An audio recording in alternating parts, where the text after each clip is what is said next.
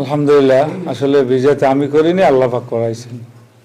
তো আলহামদুলিল্লাহ, আমি সাধারণ মানুষের জন্য যেটা করতে চাচ্ছি, এক কথায় মানুষ যা চাচ্ছে আলহামদুলিল্লাহ আমি সেটাই করব। খাস করে একটা মানুষ সাধারণত প্রাথমিক পর্যায়ে যেটা প্রাপ্য, তাদের যে চাহিদা, নিরাপদ সড়ক, সুস্বাস্থ্য, সুচিকিৎসা, অন্ন, বস্ত্র, বাসস্থান, আমি সেদিকে ইনশাল্লাহ খেয়াল রাখবো।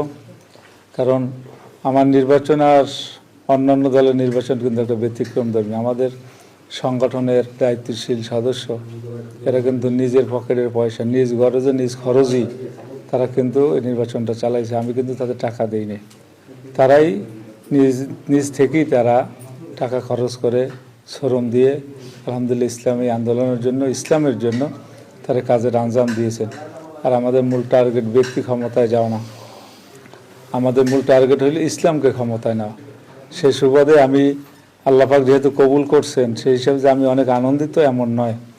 কারণ আমি মনে করি বরগুনার 5,19,000 এই জনগণ, এদের জিম্মেদারি আমার মাথার উপর এসেছে। সেক্ষেত্রে আমি অত আনন্দিত না। আমি যেন পারি এই জনগণের চাহিদা পূরণ করতে।